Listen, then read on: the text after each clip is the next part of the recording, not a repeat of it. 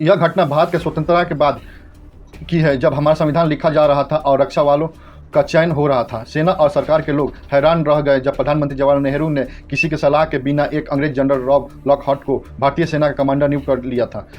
आज़ादी के बाद भी एक अंग्रेज कमांडर को देख सब चौंक रह गए थे। मेजर अजित रुद्र इस फैसले से खफा थे। कुछ समय बाद जब मेजर जनरल रॉब लॉकहार्ट ने राजनीतिक योजना पर चर्चा करने के लिए नेहरू से मुलाकात की और देश के लिए रक्षा नीतियों का प्रस्ताव रखा, तो नेहरू ने यह कहकर सेना को रद्द करने का हुक्म कर दिया कि हमारी नीति अहिंसा की है, कोई सैन्य खतरा नहीं है। एक तरफ हमारा ही भाई पाकिस्तान है, दूसरी तरफ हमारा भाई चीन है, हमें किसी से खतरा नहीं है, इसलिए सेना को रद्द कर दो। भारत को सेना की आवश्यकता नहीं है।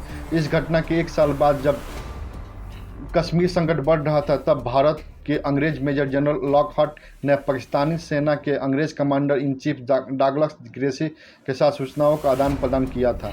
तब नए सेना प्रमुख चयन के लिए एक आपातकालीन बैठक बुलाई गई थी। नेहरू ने रक्षा मंत्री Baldev Singh, general Nathu Singh Rathore, major general K M. Cariappa और कुछ अन्य रक्षा विशेषज्ञों के साथ बैठक की अध्यक्षता की थी। सभी जानते थे कि मेजर के.एम. करियप्पा सेना के नेतृत्व करने के लिए एक योग्य उम्मीदवार थे, लेकिन नेहरू ने बैठक की शुरुआत यह कहकर की कि हमें एक नए सेना प्रमुख की नियुक्ति करना होगा, क्योंकि जनरल लॉकहार्ट ने इस्तीफा दे दिया है। मेरा मानना है कि एक अंग्रेज को ही सेना प्रमुख नियुक्त करना बेहतर होगा, क्योंकि हमारे पास एक सक्षम और उम्मीदवार नहीं है। यह सभी के लिए एक और चौंकाने वाला क्षण था। नेहरू की बात से सेना के अधिकारी अपमानित महसूस कर रहे थे। तभी जनरल नाथू सिंह राठौर ने खड़े होकर कहा, सर, हमारे पास भी राष्ट्र के नेतृत्व करने के लिए पर्याप्त अनुभव वाला व्यक्ति नहीं है, इसलिए हमें ब्रिटेन से ही किसी को भारत के प्रधानमंत्री के रूप में नियुक्त कर देना चाहिए। फिर आप प्रधानमंत्री क्यों बन गए?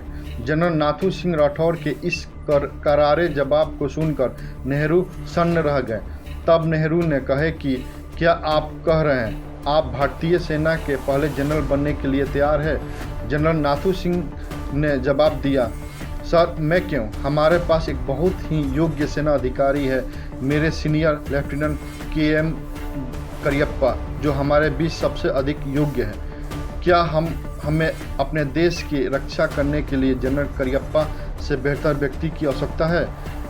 आप यह कैसे कह सकते हैं कि हमारे देश में सक्षम उम्मीदवार नहीं है?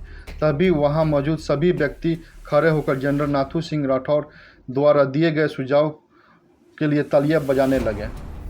दोस्तों, हमें जनरल नाथू सिंह को धन्यवाद करना चाहिए कि उनकी बदौलत हमें भारत के पहले जनरल और सर्वश्रेष्ठ नेता फील्ड मार्शल के.एम. करियप्पा के रूप में मिले। 16 जनवरी 1949 से लेकर 16 जनवरी 1953 तक के.एम. करियप्पा भारत के पहले भारतीय आर्मी जनरल रहे। इसमें आपकी क्या राय है? कमेंट करके मुझे बताएं। धन्यवाद।